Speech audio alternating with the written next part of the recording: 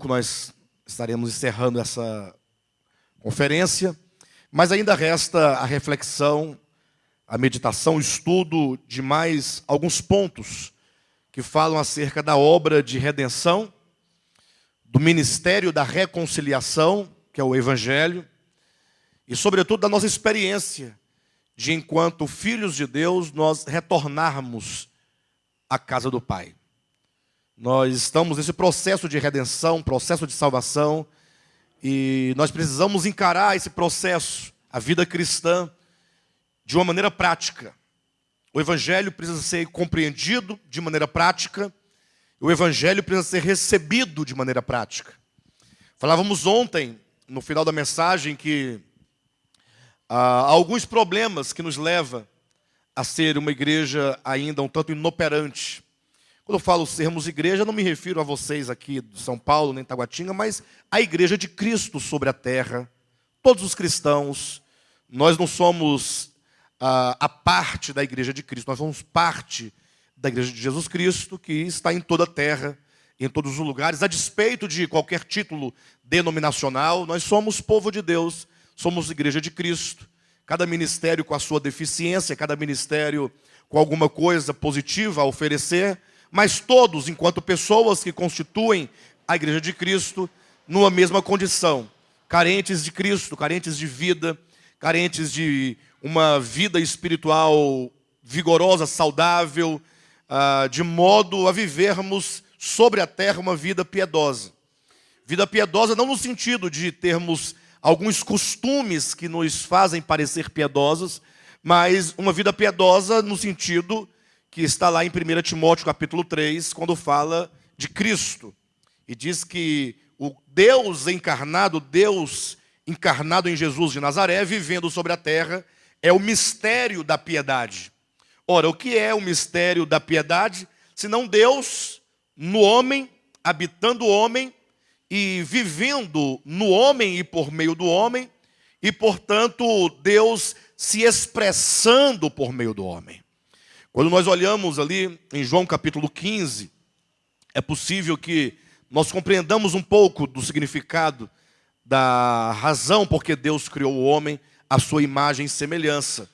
Nós não tivemos tempo e não teremos tempo de falar com maior propriedade desses 4 capítulos de João, mas no capítulo 14 do Evangelho de João, Cristo ele apresenta o propósito para o qual ele veio. Ele veio preparar lugar. Ele veio possibilitar que o homem retorne à casa do Pai. E o meio pelo qual ele faz isso é a sua morte na cruz do Calvário. Falaremos um pouco mais sobre isso daqui a pouco. E então o capítulo 15, sobretudo, é o capítulo em que o Senhor Jesus ele demonstra, a partir de algumas metáforas, como que seria esse retorno, como é o homem voltado para Deus e o homem em Deus. Como é que seria essa unidade do homem com o seu Criador, ou da criatura com o Criador, do Pai com seus filhos? E então ele fala acerca de uma videira. Ele diz, olha, eu sou a videira verdadeira e vocês são os ramos. Então ele cria essa metáfora para falar desta unidade, não unidade meramente social. Porque nós estamos em unidade aqui. Concordam nesses 3 dias? Todos os corações voltados para um único propósito, isso, portanto, é unidade. Mas não é ainda a unidade necessária e suficiente, não é ainda a unidade orgânica que nos une num todo absoluto em Deus. Para que haja isso, é preciso que nós entendamos um pouco, ou melhor, para compreendermos essa unidade de que estamos falando, quando Cristo diz, a fim de que todos sejam um, como és tu, ó Pai, em mim e eu em ti, sejam eles em nós. Cristo então cria essa parábola da videira. Então quando você pensa numa videira, logo você vê um todo. Você não fica falando, não, isso aqui é caule, isso aqui é raiz, isso aqui é ramo, isso é folha. Nós olhamos uma videira. Eis aqui uma videira. Portanto, nós vemos um todo. Vemos uma única coisa. Agora, esta única coisa é um fato, tem partes. Jesus diz, ó, eu sou a videira. E os ramos que de mim procedem e que em mim estão, são vocês. Então nós entendemos que o homem criado, ele procede do caule da videira. é uma extensão da videira. São os apêndices da videira. E esses ramos, eles servem para, primeiramente, para ser a própria videira em extensão.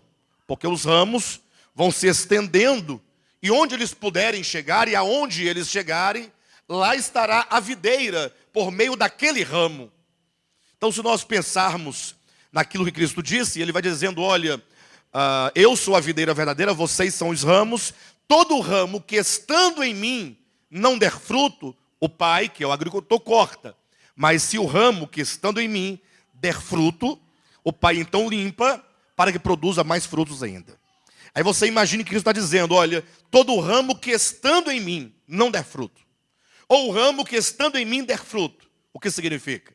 Que é possível que estando nós nele, porque isso é um fato que não se pode questionar. Estando não dá fruto. Porque geralmente se pensa, não, se não dá fruto é porque não está nele. Não, mas ele diz o contrário, ele fala, todo ramo que estando em mim não der fruto. E é possível estar nele e não dar fruto? Obviamente, ele está dizendo. Isso porque todos os homens estão em Deus. Atos capítulo 17, versículo 28, é categórico quando o apóstolo Paulo ensina essa verdade de uma maneira não somente clara e absoluta, mas de uma maneira abrangente. Porque ele se dirige aos gregos, pagãos da Grécia Antiga, e então ele afirma que todos aqueles que ali estavam vivem em Deus, estão em Deus, existem em Deus, se movem em Deus. Essa verdade precisa ser restaurada no meio cristão. Lógico, tem que ser restaurada no primeiro momento, no aspecto conceitual, da compreensão do conceito. Mas o conceito é apenas o primeiro degrau.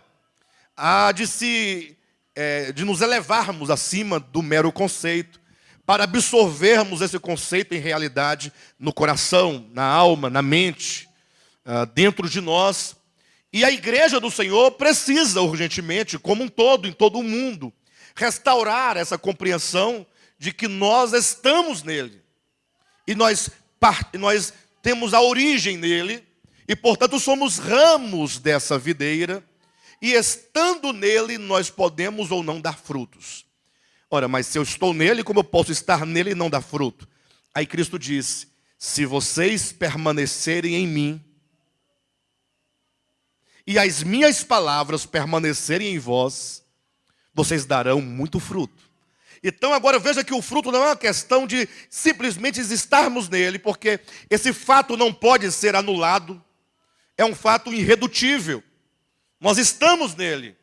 Agora é preciso que nós permaneçamos nele, e esse permanecer, portanto, está para o coração e para a consciência. O estar em Cristo, vós sois os ramos, aquele que estando em mim, o estar nele, é um aspecto vital e orgânico, inseparável, que nos faz um em vida com o Criador. Mas o permanecer nele, estar agora para as consciências. Ou seja, estando eu em Cristo, eu posso ou não desenvolver a consciência de ser dele e estar nele. No caso do filho pródigo, quando ele sai de casa, e ele então desonra o pai, e ele toma um caminho para uma terra distante, ninguém pode negar que, a despeito de quão distante fosse a terra em que o filho pródigo estava, o fato é que o filho pródigo sempre foi filho do pai, a despeito dessa saída, dessa rebelião, não é? Desse insulto. E podemos dizer que o filho pródigo, em questão de vida, estava no pai.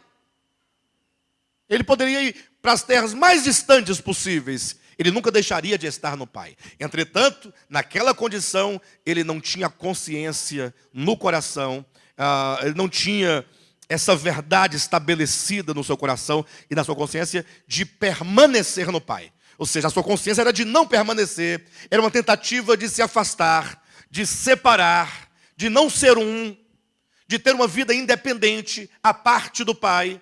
E isso faz com que nós não demos frutos.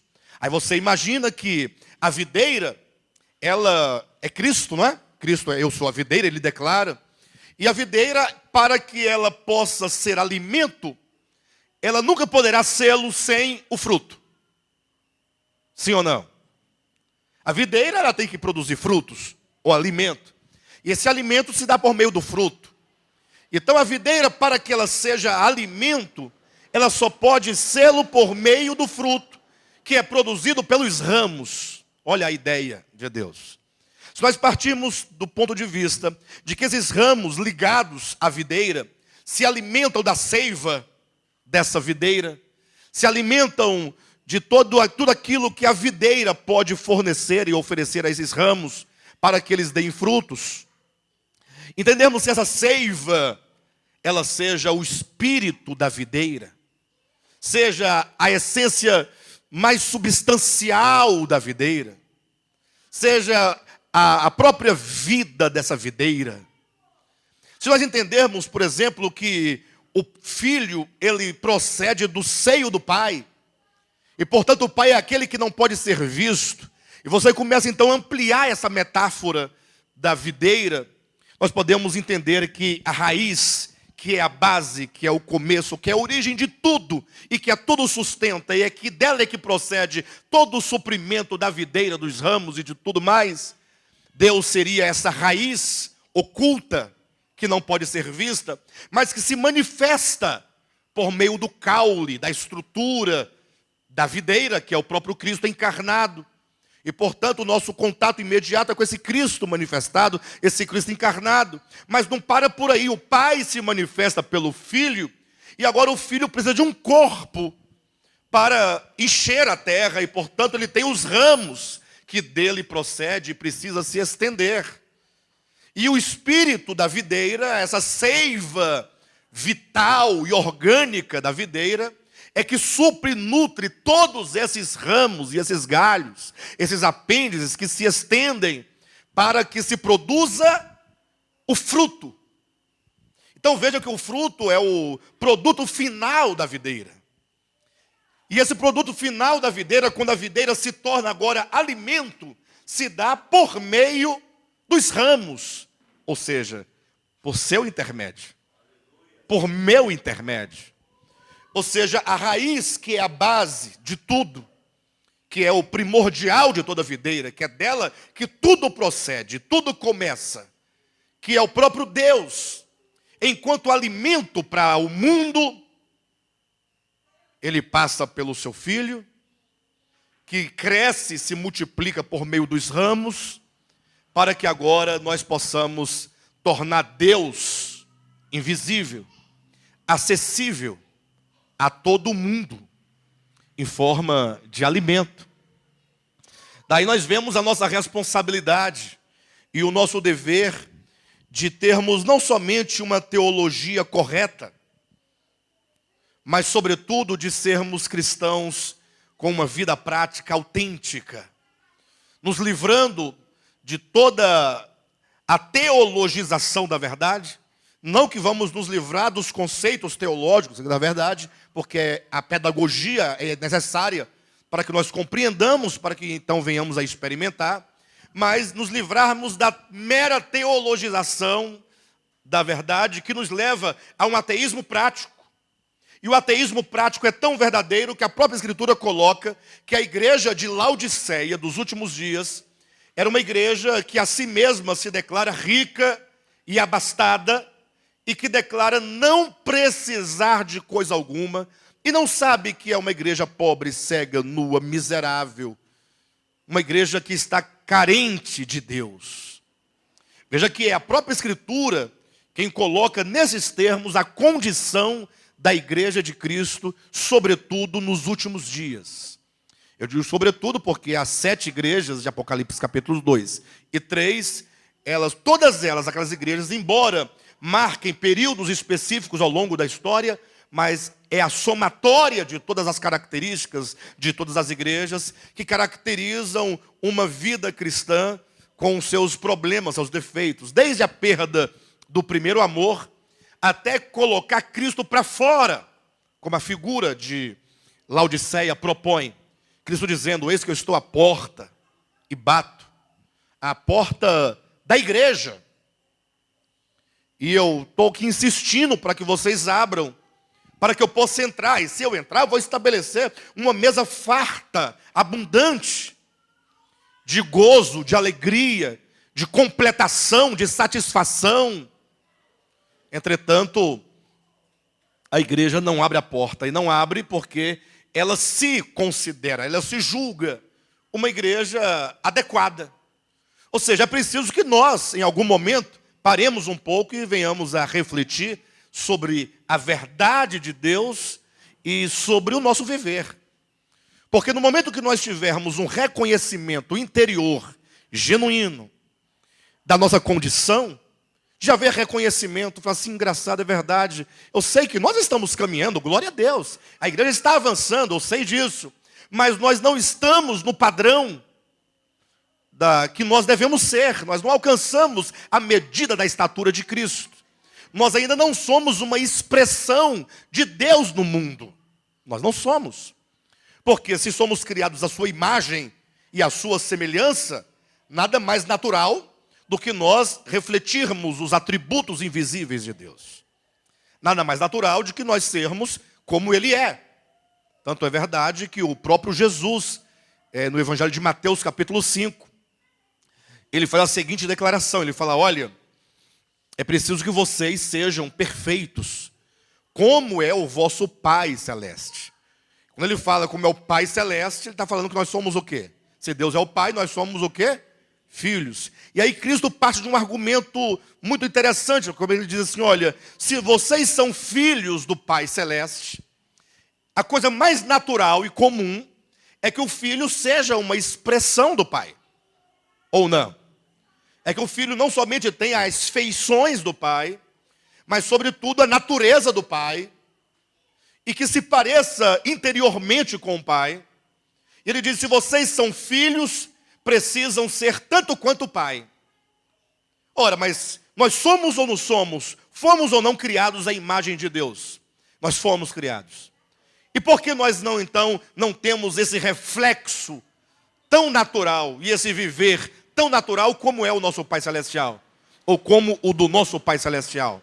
Porque um dia o homem, humanidade, saiu de casa, se afastou e chegou à condição tal do filho pródigo, de estar ali cuidando de porcos, uma terra distante, humilhado, miserável, desgraçado, querendo se alimentar das alfarrobas do que os porcos comiam, e não lhe era permitido comer, disputando a comida dos porcos com os porcos. Essa imagem desse filho, num chiqueiro, cuidando de animais imundos, e querendo se alimentar da comida dos porcos, e isso não lhe era permitido, retrata a miséria da humanidade. Todas as misérias podem, nessa figura, nesse quadro, ser representado pela condição. E, portanto, o único caminho e a única saída para o homem é o retorno. É o filho retornar para a casa do pai. E a Bíblia diz que num dado momento da experiência do filho pródigo, ele simplesmente caindo em si, então há de se cair em si. E aqui tem um problema que eu não posso deixar passar, que infelizmente, eu falo isso na nossa experiência, do nosso século em que vivemos, é que há muitas pessoas que dizem, não, eu caí em mim mesmo, eu tive um start na minha experiência, e então eu me converti a Jesus Cristo. Não é assim que nós ouvimos? Que teologicamente se chama o momento da iluminação. O problema é que o que nos atraiu e o que nos atrai e nos leva a uma igreja evangélica. O que faz um católico se tornar um evangélico? Ou o que faz um agnóstico se tornar um evangélico? Ou um budista se converter ao movimento cristão evangélico? O que leva tantas pessoas a se converterem a Jesus Cristo, eu estou colocando aspas, no movimento evangélico e se tornar um evangélico, um crente. As igrejas estão crescendo de uma maneira extraordinária. No Brasil, então, é moda hoje ser evangélico. E a questão é, o que de fato, será que cada pessoa que se converte ao cristianismo, nessa linha evangélica, esse ir a uma igreja e ouvir um sermão numa conferência, num congresso, sei lá, num culto evangelístico, e a pessoa então levantar a mão, aceitar a Jesus e se submeter a um batismo e agora passar a frequentar a igreja evangélica. Será que isso consiste no retorno do filho à casa do pai? Essa é a questão que eu levanto. Comumente se pensa assim, os cristãos falam, não, eu era o filho pródigo que retornou à casa do pai. Não é assim que os cristãos pensam, de uma maneira geral, ou não? Mas a pergunta que eu faço é, será que nós cristãos, vou usar o termo evangélico de uma maneira bem genérica, e evangélicos, será que nós retornamos à casa do pai? Já estamos, como diz no texto, naquela grande festa que o pai deu, e todos nós calçados sandálias nos pés, anel no dedo e uma veste nova, ou seja, restituído completamente a posição de filhos. Será que nós já fomos restituídos a essa posição? E eu quero retomar o capítulo 5 de Mateus, a que eu me referi agora há pouco, quando Cristo diz, sede vós perfeitos, como é perfeito o vosso Pai Celestial. E aí eu tenho que me perguntar, você tem que se perguntar, ora, que perfeição é esta? Para que eu possa ter noção se de fato eu já estou perfeito como é perfeito o Pai Celestial. Aí alguém pode questionar, mas ora, quem pode ser perfeito como perfeito é o Pai Celestial? Pode o homem alcançar essa perfeição que é do Pai? Sim, alguém pode questionar, pode o homem ser perfeito como perfeito é o Pai Celestial? Então a princípio devemos entender, ninguém, nenhum homem, nenhuma criatura, num mundo, nenhum universo, jamais poderá alcançar a perfeição do Pai Celestial naquilo que Ele é em plenitude. Porque Deus, Ele é simplesmente infinito. Ele não pode ser incluído na sua plenitude. Quando Cristo diz, sede perfeitos como é perfeito o vosso Pai, é a perfeição do Pai possível a uma criatura. Ele fala, o homem foi criado à imagem de Deus e, portanto, ele precisa alcançar o limite máximo da sua capacidade de manifestação de Deus. E essa perfeição possível ao homem, o que é? E Jesus responde, olha, a medida da perfeição, eu acho que eu vou ler com os irmãos, porque aí fica mais rico, mais fundamentado, não gera dúvida em ninguém. Mateus capítulo 5. Mateus capítulo 5, versículo 48. Eu vou lendo de baixo para cima. Parto da conclusão para irmos para as partes que explicam e chego à conclusão. 5:48. Portanto, sede vós perfeitos, como perfeito é o vosso Pai Celeste. Esse aqui é o alvo da vida cristã.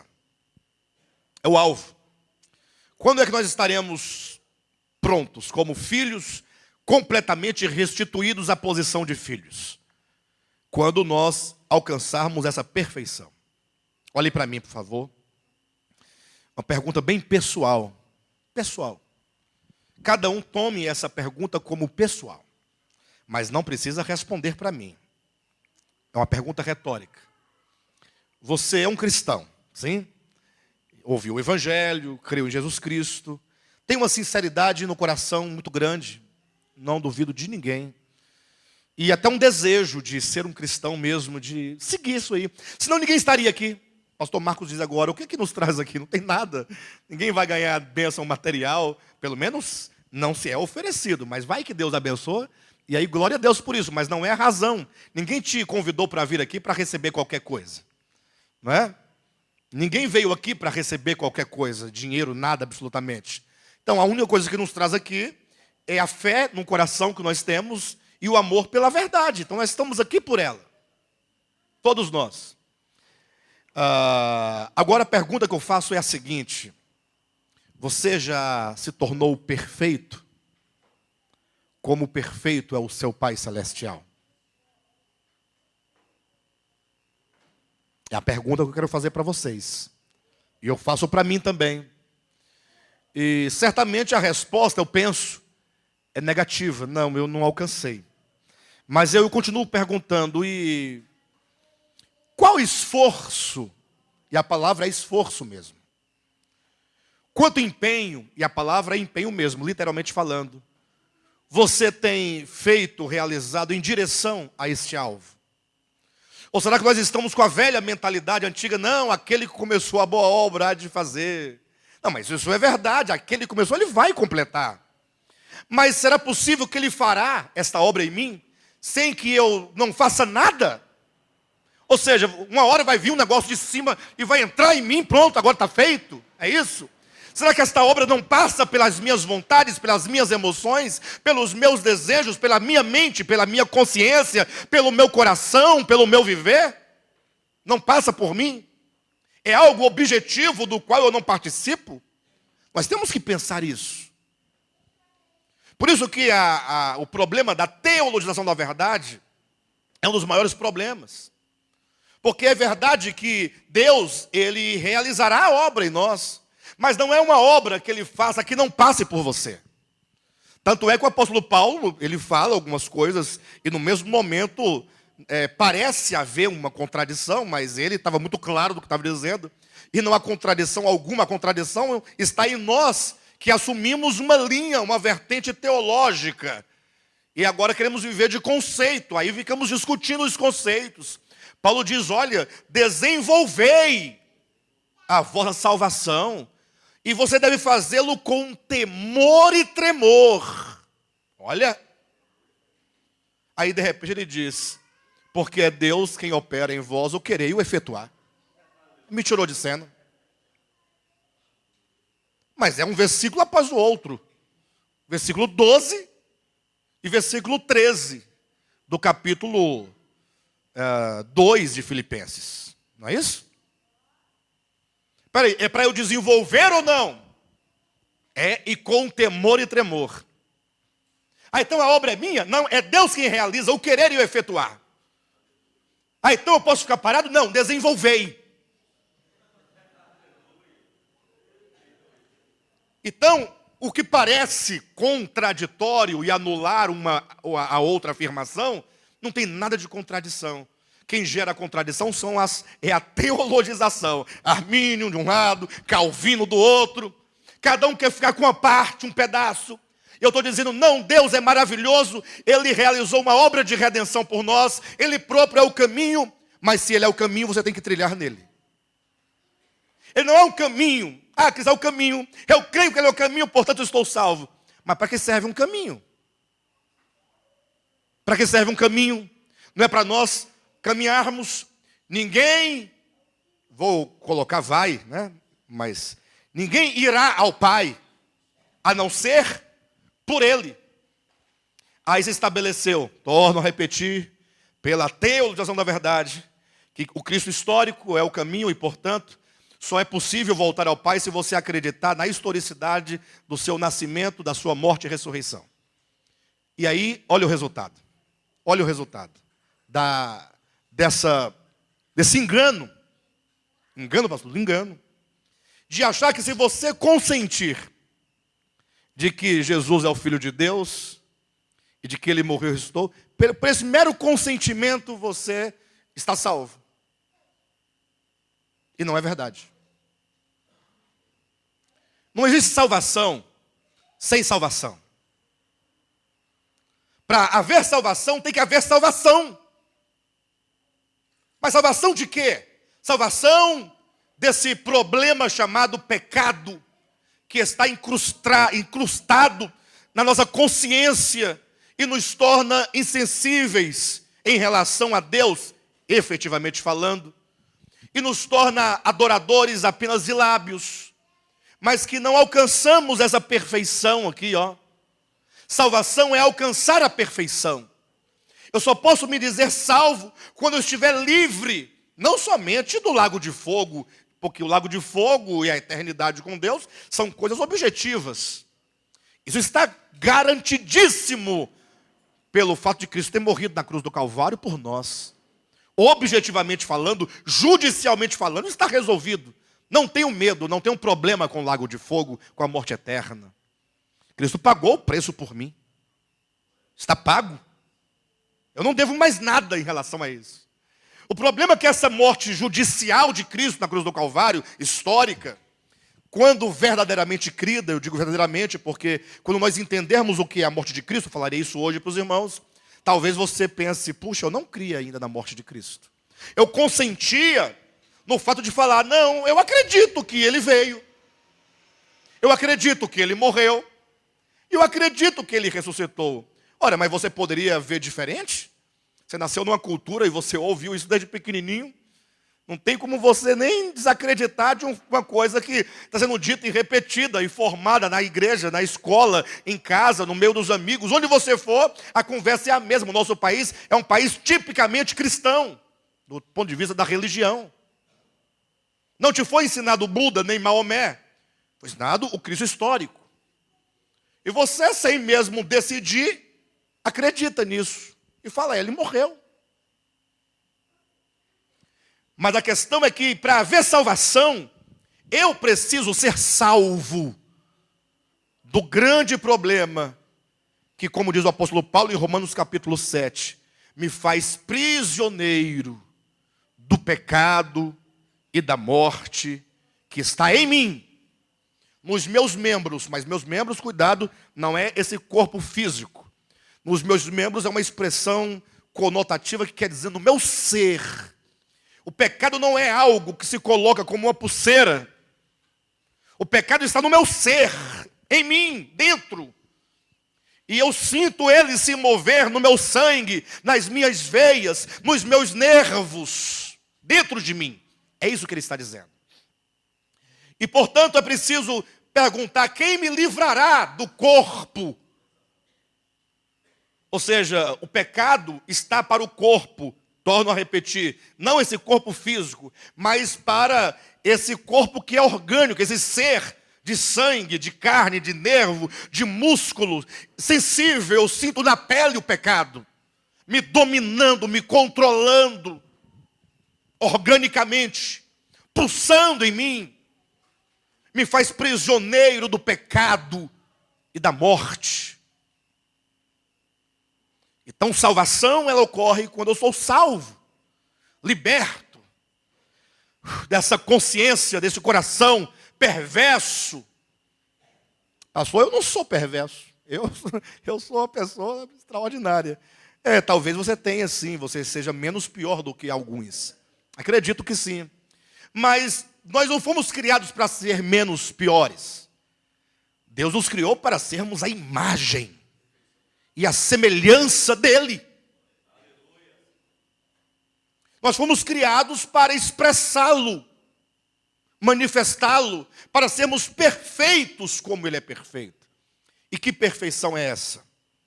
Volta agora lá no 43 do capítulo 5 de Mateus. Ouvistes que foi dito, amarás o teu próximo e odiarás o teu inimigo. Alguém já achou esse versículo na Bíblia? Amarás o teu próximo e odiarás o teu inimigo? Jesus está dizendo, ouvistes o que foi dito. Então deve ter sido dito em algum lugar e em algum dia. E tudo que ele diz aqui é sempre uma referência ao que foi dito por Moisés, a lei, e agora o que ele traz na nova aliança. Esse texto não está lá no Antigo Testamento. Já procurei, já li, já tudo, não há. Então Jesus está enganado? Não. É porque ele está dizendo o seguinte, olhem para mim por gentileza. A verdade, o conhecimento de Deus, não é algo que se apreende numa aula, num dia, um escriba vai lá e explica. A verdade, ela, embora em si mesma seja acabada, a verdade é plena. Ela não tem pedaços e não tem limite e não está em construção. A verdade é Deus revelado, manifestado. Agora, o homem no eixo da história, ele vai evoluindo nas suas capacidades intelectivas. Ou não? O homem vai, no eixo histórico, ele vai crescendo, vai evoluindo. Por exemplo, há tantos anos atrás não tinha o rádio. Não tinha televisão, não tinha celular, essas tecnologias todas, não tinha cura para um número infinito de enfermidades. Mas o homem, ele vai o quê? Sua capacidade intelectiva vai ampliando, ele vai descobrindo, ele vai crescendo. O homem vai se modernizando, não é ou não é? Então você imagine que ao longo da história, Deus foi mostrando ou se revelando ao homem. Mas não é possível que Deus se revelasse cabalmente, enquanto verdade plena, para o homem da antiguidade. É como uma criança. A criança, ela vai aprendendo a verdade, agora a verdade no sentido das coisas da vida, aos poucos. Sim ou não? Cada fase ela vai tendo uma percepção maior do mundo. Até que ela se torna um homem maduro, uma mulher madura, e ela pode então julgar as coisas de maneira clara. Teoricamente falando, seria assim. Assim é a humanidade. Então houve épocas em que o homem ele não podia absorver a Deus como sendo puro amor e pura graça. Não cabia na mente do homem bárbaro, do homem que na história não sabia fazer outra coisa para defender o seu direito, senão puxar uma espada e cortar o pescoço de alguém. Hoje vivemos no Estado democrático de direito. Hoje tem de toda espécie de recurso para defender o teu direito. Mas antigamente não, o homem que vem lá da natureza, o estado ainda natural. Então ele não tinha os meios, então a violência naquele tempo antigo era a coisa mais natural que havia. O homem matava o outro para tomar a terra do outro e ninguém era por ele. E aí vem lá, subindo. E Deus, para se revelar para este homem, não tinha como chegar para ele e falar assim, olha, Deus é amor e Ele é puro amor e, portanto, a violência não é aceitável de nenhuma espécie no reino de Deus. Esse indivíduo não tinha condições de entender isso, de absorver isso.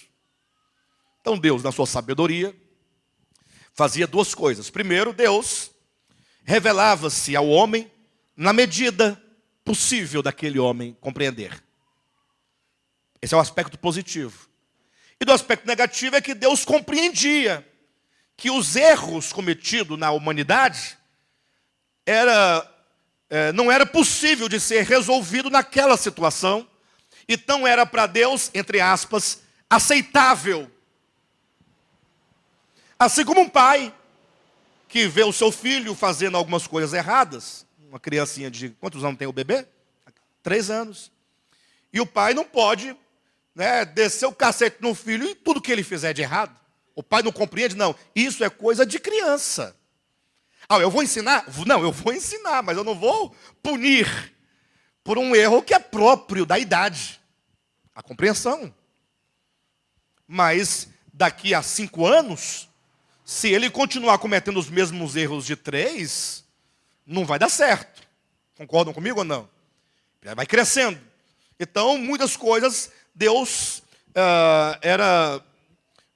que a humanidade realizava era compreensível.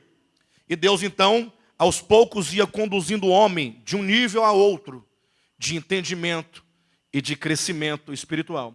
Portanto, quando você olha para as páginas do Antigo Testamento, você vai ver muitas guerras e homicídios e me ajudem aí. Fratricídios, não é isso? São 2 R's seguidos, é complicado de eu falar. Genocídios, guerras com espada. E o povo de Israel, na sua compreensão possível, porque só conseguia ver por meio de sombras, não conheciam a Deus face a face. Eles nunca viram a face de Deus. O que eles viam de Deus era a sombra de Deus. Como compreender a sombra de Deus? Eu compreendo, é o que eu posso saber. Mas você tem uma noção exata? Não, a sombra não transmite a noção exata do que ele é. E, portanto, uma visão distorcida. Então, o povo de Israel fazia suas batalhas, batalhas da época, que tinha que batalhar, eles tinham que lutar. Os inimigos e tal. Então, eles tinham os inimigos por inimigos de Deus. Batalhavam contra eles em nome de Deus. E a vitória era de Deus, e o sangue derramado era derramado em nome de Deus.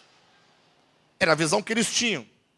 De modo então que, ainda que indiretamente, lhes era ensinado: vocês devem amar o próximo de vocês, mas quanto ao inimigo, mate-os. Destrua os vossos inimigos. Aí Cristo chega a um ponto de dizer: ouvistes que foi dito, amarás o teu próximo e odiarás, aborrecerás o teu inimigo. Eu, porém, vos digo, chega o momento da revelação, que agora não há mais sombra. Ninguém deverá mais conhecer a Deus pela sua sombra. Agora deverá conhecer a Deus na face de Cristo. Olhai para a face de Cristo e conhecerás quem é Deus. Paulo diz lá em Coríntios, 2 Coríntios, capítulo 4, que Deus é revelado na face de Cristo. A glória do Evangelho é Deus revelado na face de Cristo. Então agora eu não posso mais dizer: não, eu não conheço, eu não sabia. Não, você já avançou do estágio rudimentar, bárbaro, de uma civilização, de um povo totalmente que conhecia a Deus por meio da sombra que deforma, não é? E que não explica, para o estágio em que agora o próprio Deus está em carne, revelando o Pai na face do Nazareno. E agora ele diz: eu quero que vocês entendam uma coisa, agora dá para vocês darem um passo a mais na evolução do entendimento acerca de quem é Deus, consequentemente acerca do que é o homem. Eu, porém, vos digo: amai os vossos inimigos e orai pelos que vos perseguem. Isso foi dito há 2000 anos. Atenção, isso foi dito há 2000 anos. Não era para nós já termos assimilado isso? 2000 anos de humanidade, conhecendo a Deus na face de Cristo, não era para termos assimilado isso? Mas veja como o homem demora para assimilar, ou melhor, para evoluir. Aí eu pergunto: nós já estamos nesse nível de amar os nossos inimigos? Ah, mas a pessoa me ofendeu e é o seguinte, ela não se arrependeu. Eu posso até perdoar, mas ela tem que se arrepender. Viu, pastor Marcos? Eu perdoo. Tudo bem, eu abro mão, eu amo a Jesus Cristo, mas a pessoa tem que se arrepender. Jesus não está dizendo disso, gente. Em nome de Jesus, eu, porém, vos digo: amai os vossos inimigos. O amor não leva em consideração a maldade sofrida. O amor tudo sofre. Tudo. Veja que essa mensagem, ou essa ideia que estamos transmitindo, é ainda uma ideia alienígena, né? Não faz parte do nosso mundo. Sejamos honestos. Não faz parte do nosso mundo. Eu não estou aqui pregando para vocês, dando sermão em vocês. Estou falando de todos nós. De mim, de você, dos crentes, de todo mundo está incluído. Eu, porém, vos digo: amai os vossos inimigos. Mas aí eu vou amar, e aí? Vai ficar por isso mesmo? E a pessoa não vai mudar nunca? Orai por eles.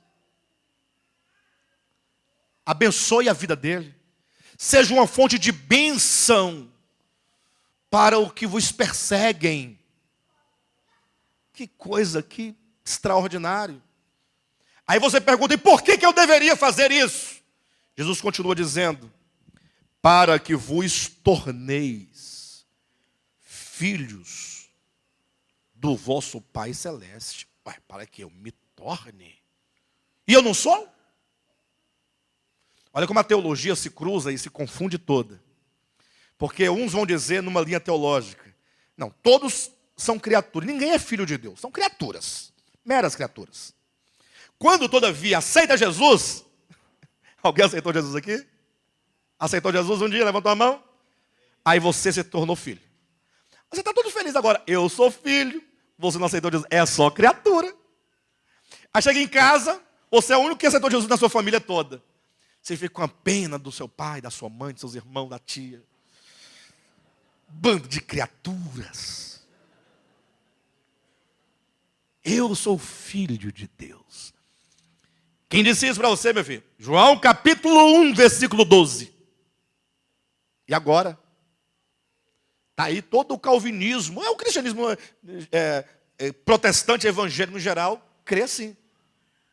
Mas se você ler outros textos da Bíblia, outros, além deste, você vai encontrar mais ou menos assim. Jesus chega assim para o povo, e isso foi antes de ele morrer na cruz, antes de ressuscitar, antes do evangelho ser pregado, do modo como nós o conhecemos hoje. Ele dizendo ainda antes de tudo, simplesmente pela afirmação da verdade que ele sabe que é, ele dizia assim: olha pessoal, olhem para mim, a ninguém chameis de pai. Como você não tem pai? Não, esses seus genitores terrenos, você pode chamar de pai. Mas eu estou dizendo, disse Jesus, que você não tenha o seu genitor imediato como a fonte da tua existência. Não. Não confira a sua existência ao seu pai imediato, genitor. Existe um progenitor. A ninguém chameis de pai, porque um só é o vosso pai, e é o Pai celestial. Quer dizer então que todos são filhos? Aí vem o apóstolo Paulo em Efésios capítulo 4, versículo 6, e fala: olha, porque só há um Deus e Pai de todos, que está em todos e age por meio de todos. Aí Paulo, para poder colocar mais pimenta no problema, capítulo 3 de Efésios, versículo 15 e 16, ele fala: e por vocês eu me ponho de joelho diante do Pai. É o Pai que ele fala. Ele poderia falar diante de Deus, não poderia? Diante do Altíssimo, do Eterno, do Soberano. Mas ele escolhe o termo a que ele quer de fato exaltar. Ponho-me de joelho diante do Pai celestial, de quem toma o nome toda a família, nos céus e na terra. Como é que é? Diante de quem eu me ponho de joelho? Diante do Pai, de quem recebe o nome, porque o Pai não passa o seu nome para os filhos ou não? E o nome do Pai é recebido por toda a família, mas toda a família, não, dos crentes, né? Não, nos céus, anjo, arcanjo, querubim, tudo que existe, qualquer ser, é gerado, não veio do nada, veio dele. E na terra, todas as famílias da terra recebem o nome do Pai. Vê como que se destrói as correntes teológicas. Mas de repente vem Jesus dizendo: não, você deve amar o seu inimigo e orar pelos que vos perseguem, para que vos torneis. Então nós não somos, temos que nos tornar. Não, nós somos, mas não vivemos como tais. Estando nós na videira, pode ser o caso que nós não permanecemos nela. O permanecer está para uma consciência e um coração separado, diabólico, que se afastou do Pai. Então, para que eu seja, atenção, restaurado, restituído a essa posição, para que sendo eu filho, atenção, para que sendo eu filho, não seja um filho numa terra distante a cuidar de porcos, mas que seja eu filho na casa do Pai, completamente reconciliado com o Pai, abraçado pelo Pai, beijado pelo Pai, totalmente limpo pelo Pai, calçado pelas sandálias do Pai, pelas vestes do Pai, pelo anel de autoridade do Pai, completamente restituído, para que eu me torne, seja restituído a tal posição e a tal condição. Eu preciso de cruzar o caminho que me leva de volta ao Pai, e esse caminho que me leva de volta ao Pai me leva à perfeição do Pai Celestial. Aí continua o texto dizendo, versículo 45, para que vos torneis filhos do vosso Pai Celeste. Por quê? O que tem a ver? Quer dizer que se eu amar o meu inimigo, eu vou me tornar filho do Pai Celeste? Por quê? Qual que é a relação?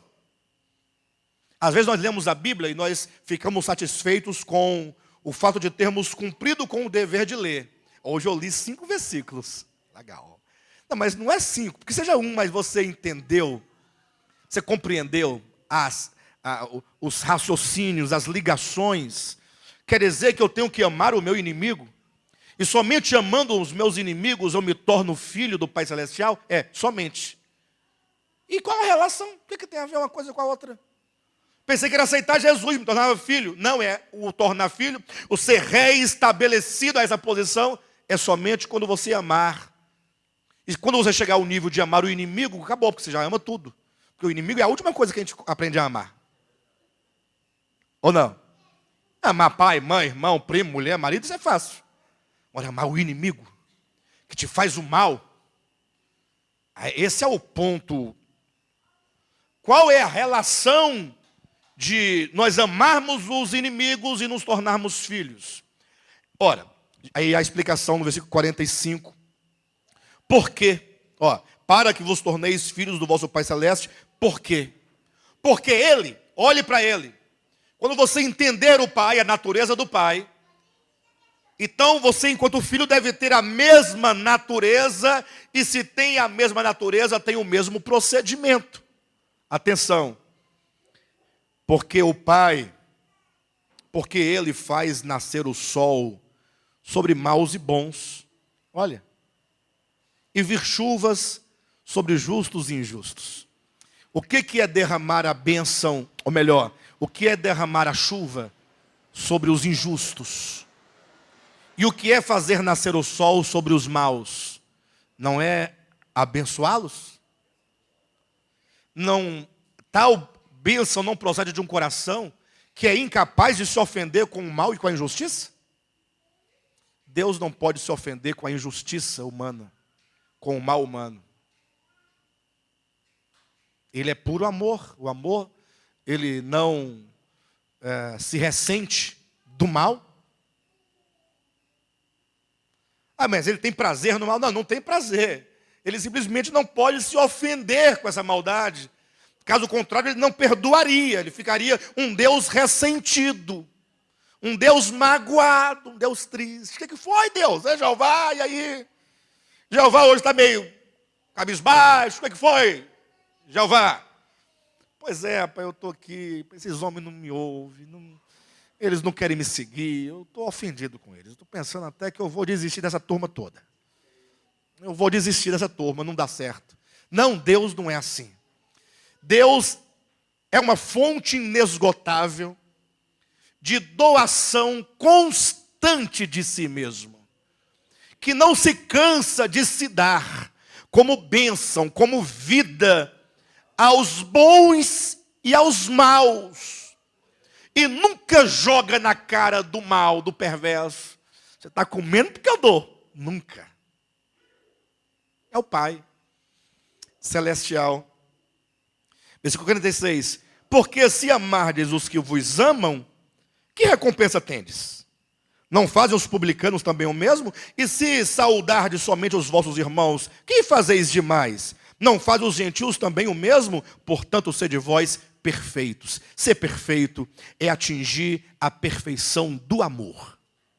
Ou seja, nós, enquanto igreja, só chegaremos ao ponto necessário, ao alvo da nossa fé e da nossa caminhada, nesse caminho, nesse retorno, quando atingirmos este amor.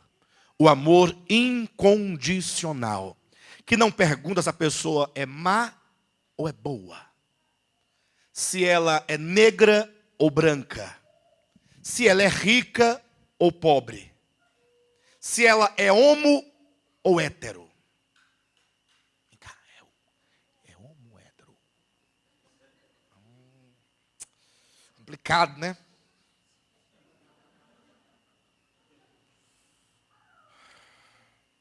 Já mudei com a pessoa.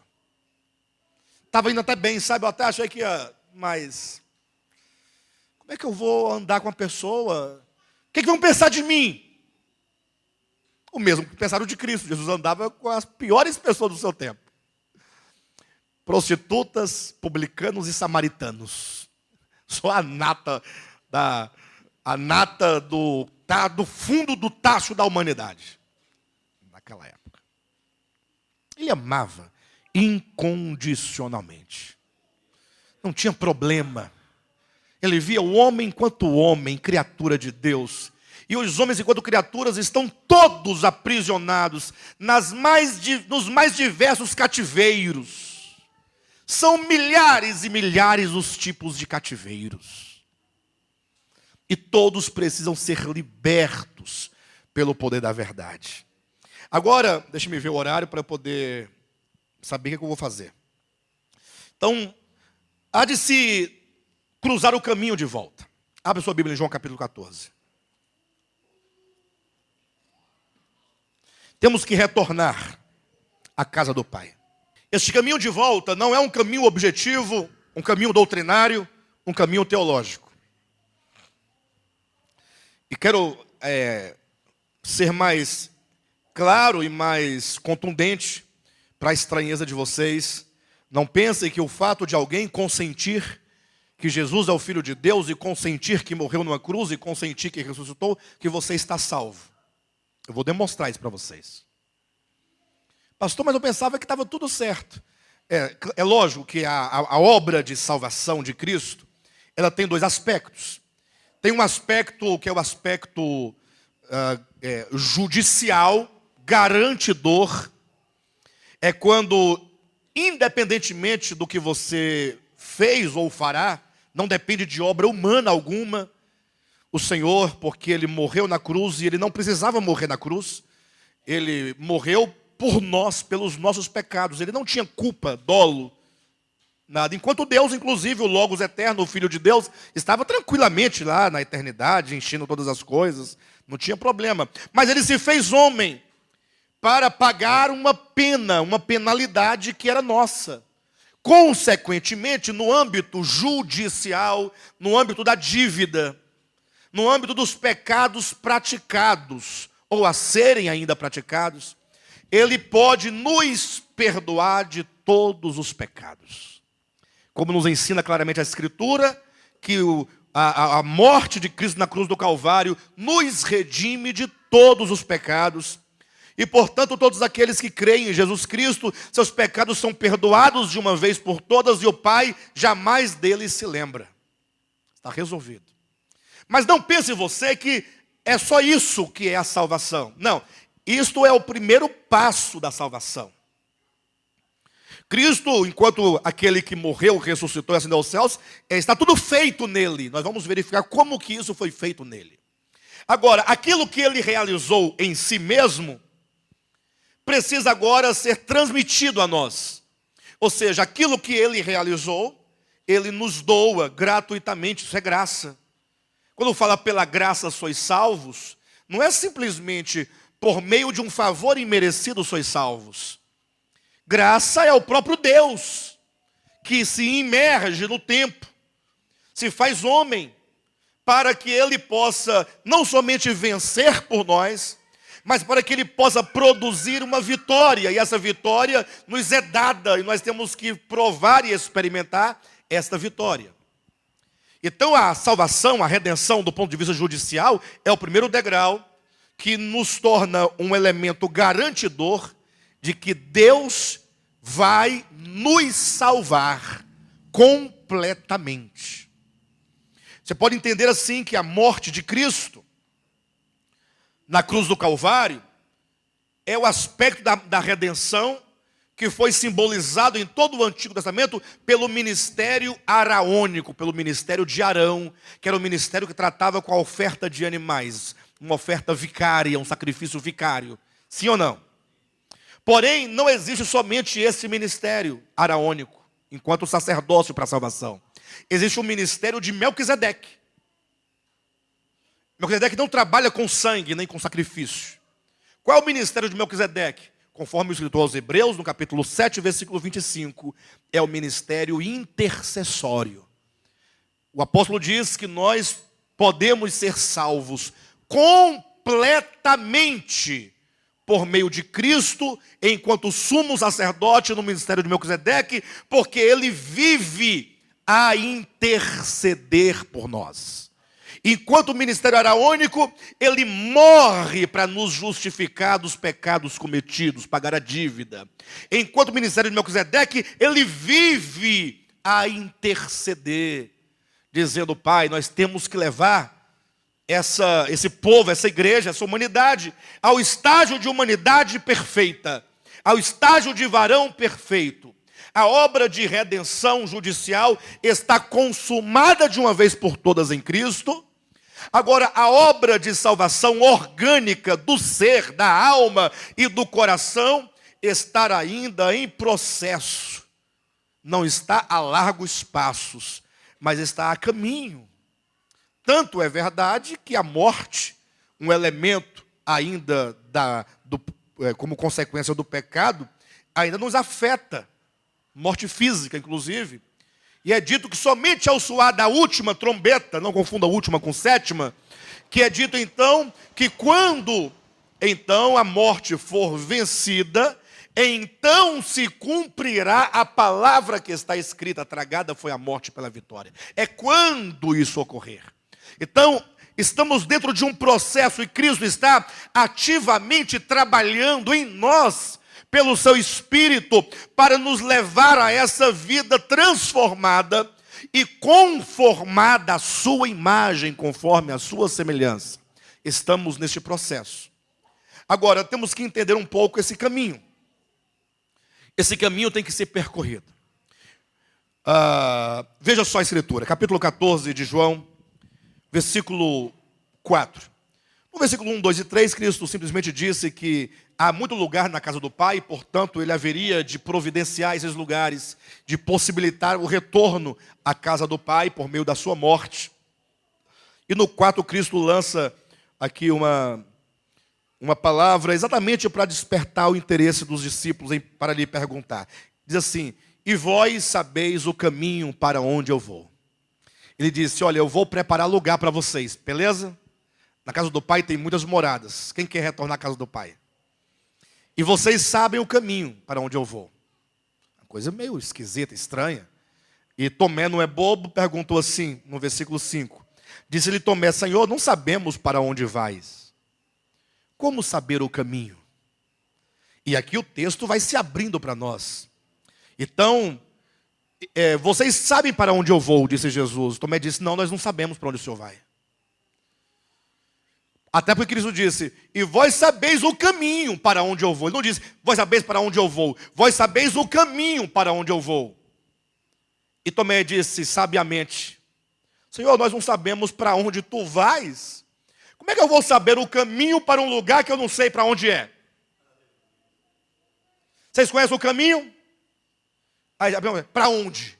Depende, Se for para lá, para Brasília, eu não sei mais ou menos. Eu não sei, eu sei.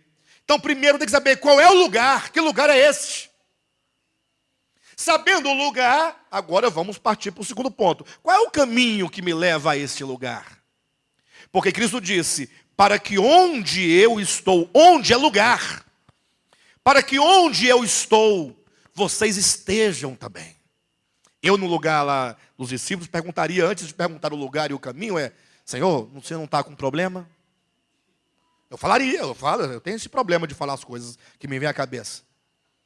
Jesus, por que eu estou com problema? Senhor, o Senhor está na minha frente, está conversando comigo, cara a cara, e está dizendo que você vai preparar um lugar para que onde o Senhor está, eu também esteja. Eu já estou aqui, nós dois aqui, O Senhor está aqui, e eu também estou aqui. Mas o Senhor quer me levar para um lugar onde o Senhor está, que eu não estou? Isso não está certo. Está certo, Marcos? Até aqui não está certo, né, Marcos? O problema é exatamente esse. Isso prova que esse lugar que Cristo disse que vai preparar não é físico, nem geográfico, nem espacial.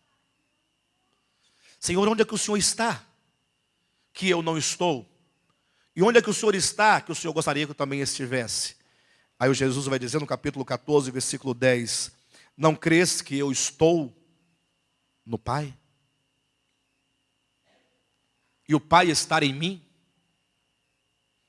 Ou seja, é uma questão de organicidade, de comunhão,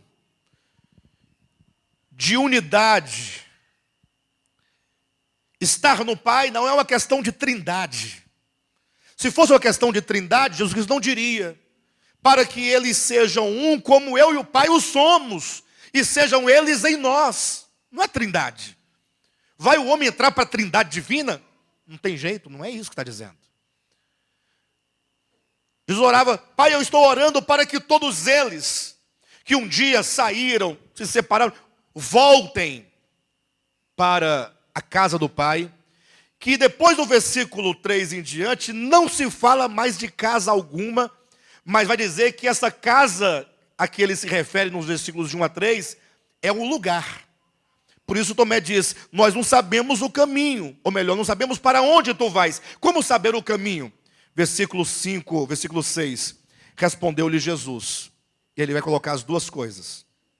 Eu sou o caminho, a verdade e a vida. Bem, ele disse o caminho. Agora eu quero saber, e qual é o lugar? Cristo é o caminho que nos leva para onde? Para o céu? Para o céu. Acima das nuvens. Quando o povo fala de ir para o céu, ser arrebatado para o céu, eu fico imaginando, o que eles querem lá em cima das nuvens? Ficar em pé em cima da nuvem. Eternamente. Fico imaginando isso. É estranho, né? Mas ele diz: eu sou o caminho, a verdade e a vida. Portanto, o caminho é Cristo. Agora, esse caminho nos leva para onde? Aí ele diz: olha, ninguém vem, o Pai é o lugar, ninguém vem ao Pai, a não ser por mim. Cristo é o caminho que nos leva ao Pai. Cristo é o caminho que nos leva de volta à casa do Pai, ao Pai enquanto lugar. E agora eu vou ter que me adiantar por causa do horário, não posso estender muito, já são 11h10, vou no máximo até meio-dia. Se eu passar de meio-dia é pouca coisa, igual ontem. Passei das 10, mas foi só 15 minutos. Mas o fato é que temos que compreender esse caminho. Por que Cristo é o caminho? Não, porque Ele morreu por nós na cruz do Calvário e, portanto, basta crer que Ele morreu. Calma. E eu vou trazer aqui algumas considerações para vocês. Espero que ninguém se espante, mas eu só vou ler na Escritura. Qualquer coisa vocês podem discordar dela. Mas esse caminho de retorno ao Pai, ele é pavimentado, ele é construído, ele é sedimentado, ele é preparado por meio da obra da encarnação do Verbo, mas não somente a sua encarnação, mas também do seu retorno aos céus em ascensão. Então, a encarnação, que é o vir do Cristo, e a ascensão, que é o ir, o voltar para o Pai, representa a pavimentação desse caminho. Ou seja, o caminho Cristo só poderia dizer: eu sou o caminho, porque Ele fez esse movimento de descer enquanto Deus e tornar-se homem, e de agora tomar este homem do qual Ele se vestiu e levá-lo de volta a Deus. Abriu-se o caminho. Agora, muitos entendem, infelizmente, isso faz parte da teologização da verdade, que o encarnar-se de Cristo e a ascensão de Cristo consiste numa obra meramente vicária, substitutiva. Mas veja, lembram-se que Cristo estava, momentos antes de ser crucificado, de ser preso, e Ele dizia: Deus meu, Ele dizia: Pai, se possível for, passa de mim este cálice. Mas se não for possível, que seja feita a tua vontade. Será que Ele estava tentando simplesmente fugir da situação? Lógico, Ele estava, enquanto homem, numa pressão espiritual muito grande.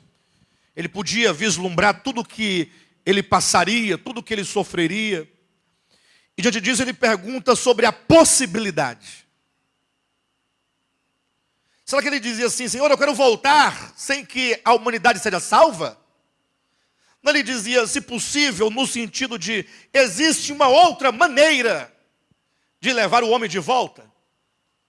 Não existe um outro caminho para o homem voltar. O homem precisa retornar a Deus, mas não existe um atalho, um caminho alternativo. Quando Jesus fala, ninguém vem ao Pai a não ser por mim, ele está dizendo, só existe um único caminho. E eu peço encarecidamente que vocês nunca confundam o caminho que é Cristo com o cristianismo enquanto religião. Não é dito, o cristianismo é o caminho e o único. Não, não. O caminho é Cristo. Não é o cristianismo. Ai, pastor, mas é possível ser cristão fora do cristianismo? Mas é óbvio. É óbvio.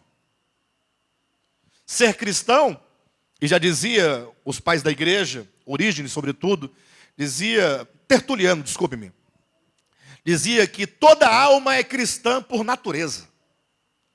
Porque cristã não está para o Jesus de Nazaré, histórico.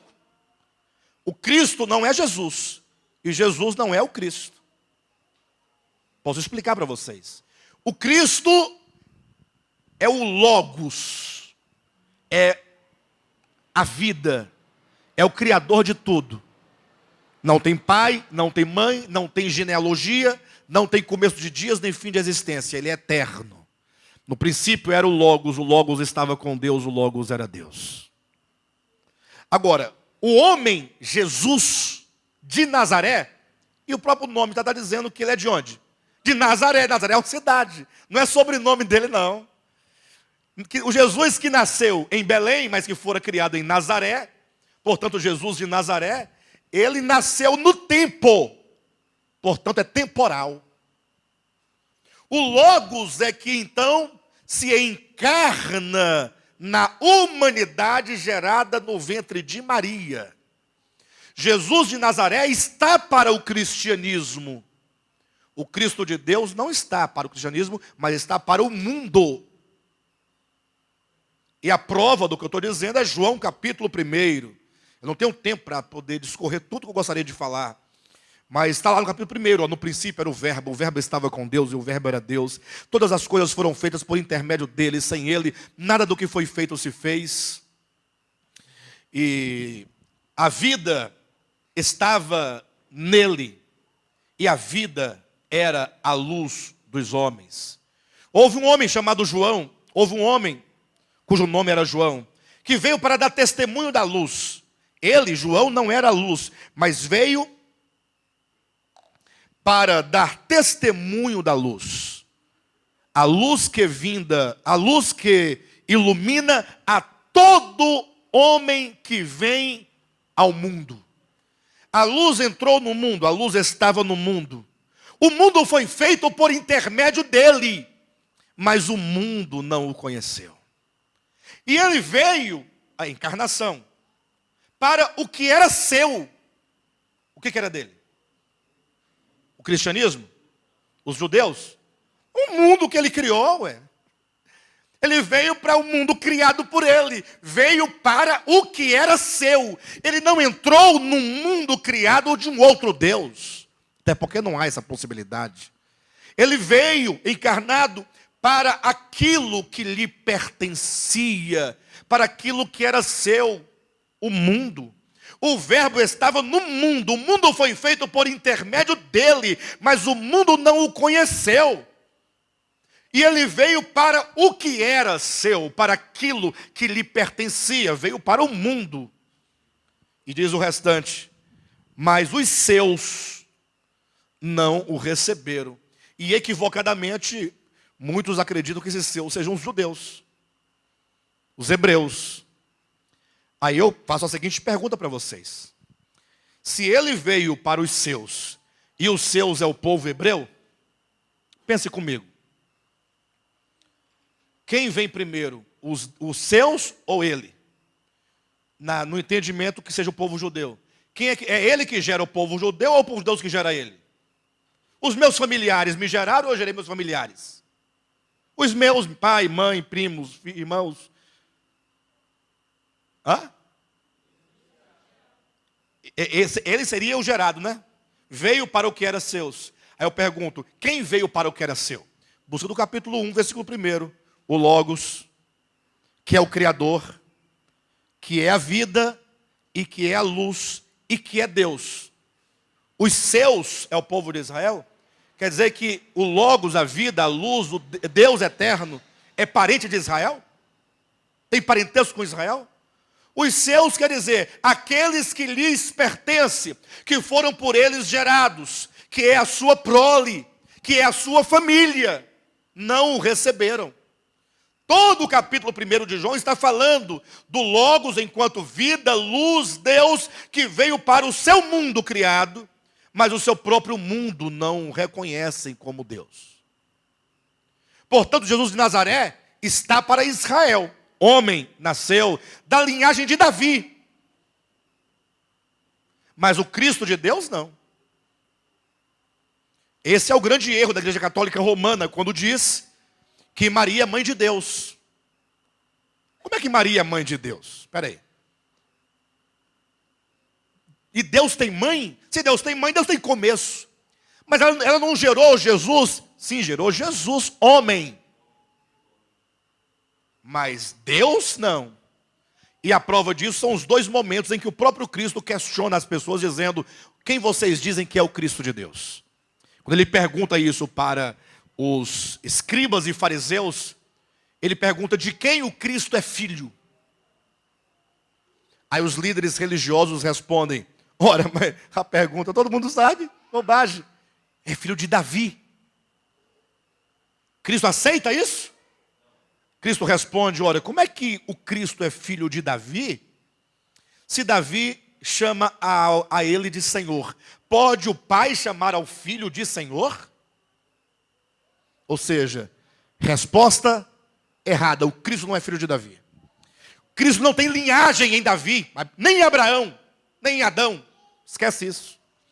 Outra vez ele faz a mesma pergunta para os discípulos: e vocês, o que dizem que eu sou? Aí Pedro diz: tu és o Cristo, o Filho do Deus vivo. Aí Cristo diz: exatamente, está aí a resposta. Mas não foi carne e sangue quem revelou isso a você. Foi o Pai Celestial.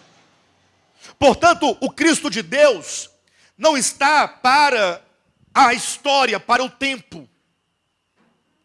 Cristo é o caminho. E portanto esse caminho não é o caminho histórico. Esse Cristo, enquanto caminho, está para todos os homens em todos os tempos. Esse Cristo foi quem morreu antes ou desde a fundação do mundo. Uma salvação, uma morte, que inclui todos os homens em toda a história. O histórico só alcança, o Cristo histórico, somente da sua morte histórica para frente. E ainda assim não alcançou todo mundo, ficou só no hemisfério ocidental. O oriental é o pior lugar do mundo, não chegou lá ainda.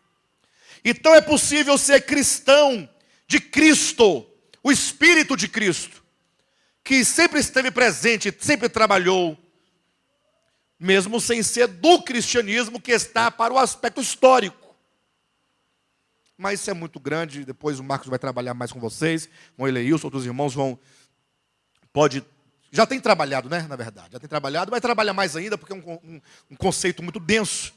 Mas temos que entender esse caminho, e eu vou explicar o caminho, e eu não vou conseguir chegar onde o pastor Marcos, eu disse que eu chegaria para o pastor Marcos, não é? Mas talvez eu fale 2 ou 3 palavras. Esse caminho, a encarnação do Cristo e a sua volta, o seu retorno, é o único caminho, não tem outro caminho. Mas o que significa isso? Quando ele pergunta: pai, é possível que passe de mim esse cálice? Ou seja, é possível, não existe um outro caminho, outro meio? Não, tem que ser esse. E que meio é esse?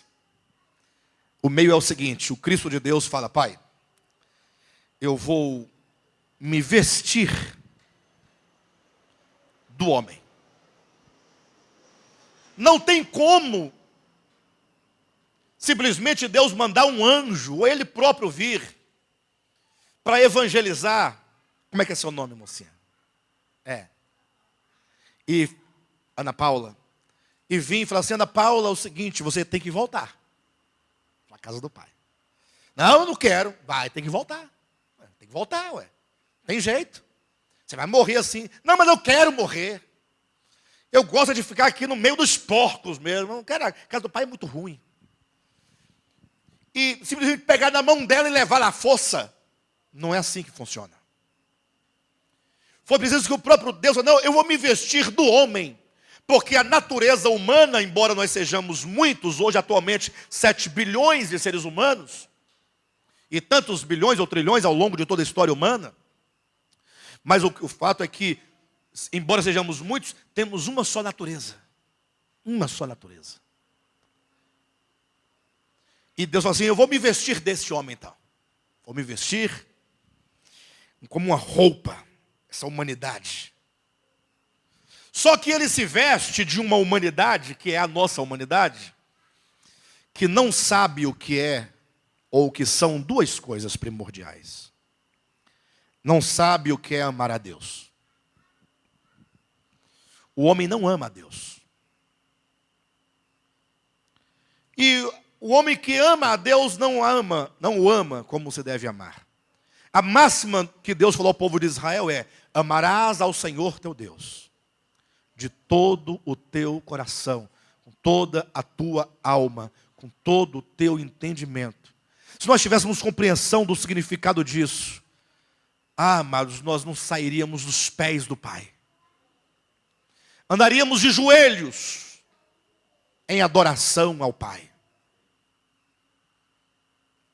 Nós ainda não conhecemos o Pai. E outra coisa que essa humanidade nossa não conhece é o amor a Deus, e ela não sabe o que é obedecer. Não sabe o que é obediência. E Cristo então se veste desta humanidade. Pastor, mas a humanidade de Cristo não era uma humanidade perfeita, sem pecado? Sim. Mas o problema não está no pecado cometido. É que a humanidade, enquanto humanidade, ela precisa de ser aperfeiçoada, redimida. Ou não? Pastor, olha a pergunta, e vai sair a metade dos irmãos embora agora, mas não tem problema, pode sair. A humanidade de Cristo precisava de ser redimida? Olha a coragem, hein, pastor Marcos? Estou falando aqui, hein? Se quiser desligar do ministério, pode desligar. Mudar a placa.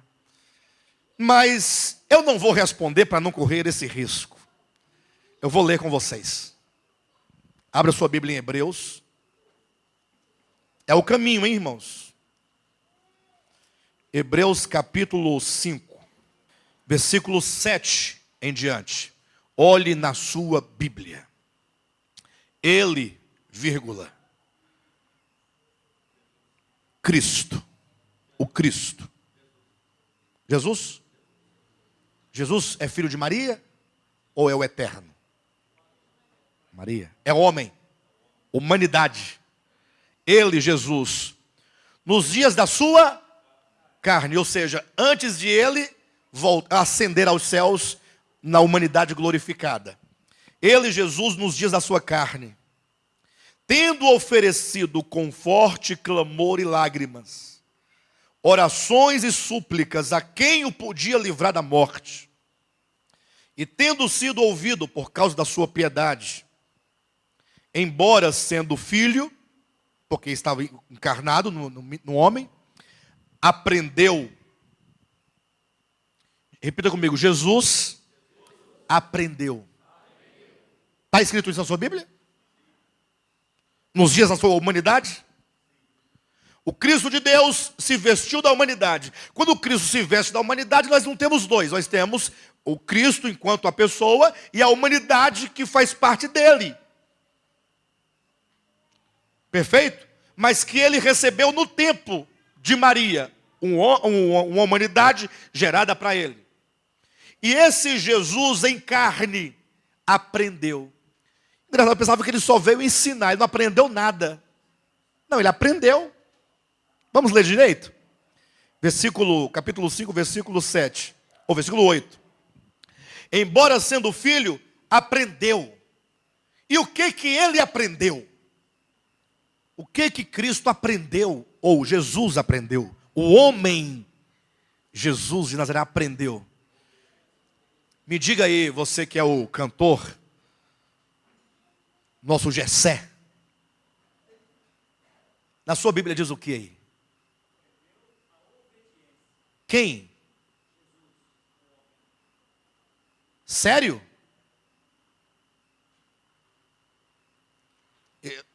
Está na Bíblia de vocês também isso aí, essa informação? Que Bíblia é essa de vocês? Testemunho de Jeová? Parece que é, porque está dizendo que Jesus aprendeu a obediência.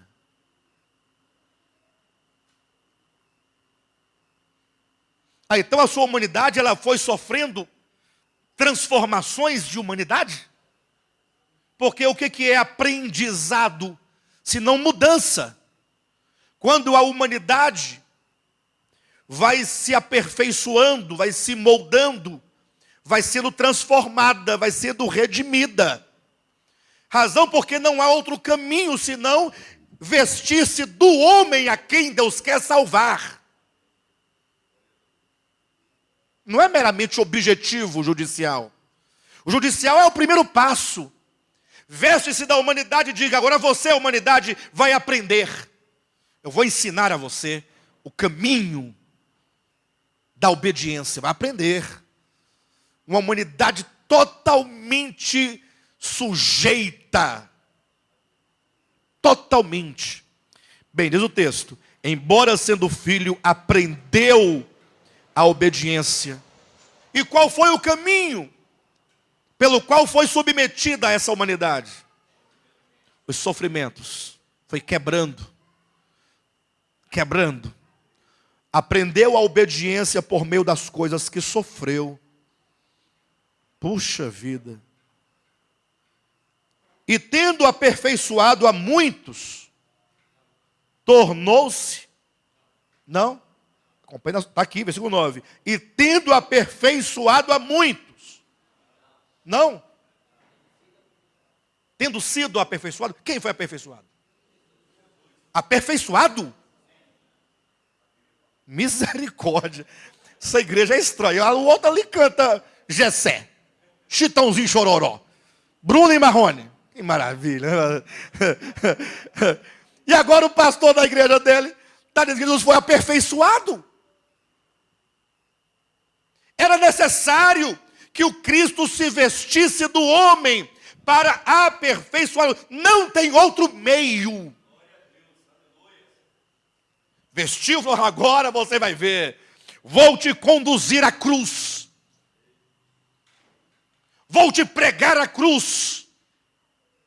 E os sofrimentos vão aperfeiçoar este homem. E tendo sido aperfeiçoado, somente depois que Jesus é aperfeiçoado, que tornou-se o quê? O autor. O autor da salvação eterna para todos os que lhe obedecem. Eu creio em Jesus, eu creio que Ele é o único caminho. Pois então você vai ter que trilhar este caminho que é Ele.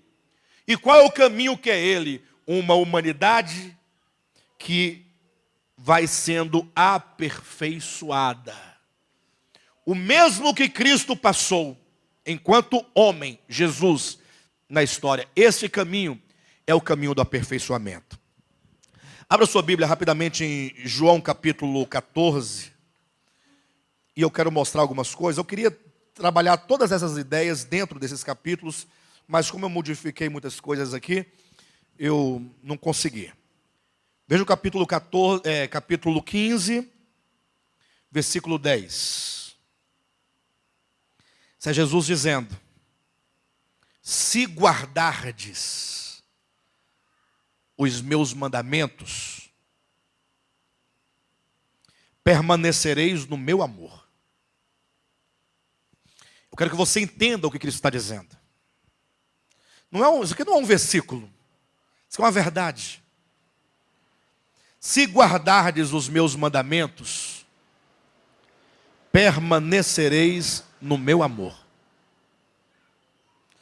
Assim como, olha a relação de semelhança, hein? Ou seja, quando você olhar para si mesmo em relação a Deus, olhe também para o Filho, Jesus, em relação ao Pai. Porque a relação é sempre análoga. Sempre análoga. Se guardares os meus mandamentos, permanecereis no meu amor.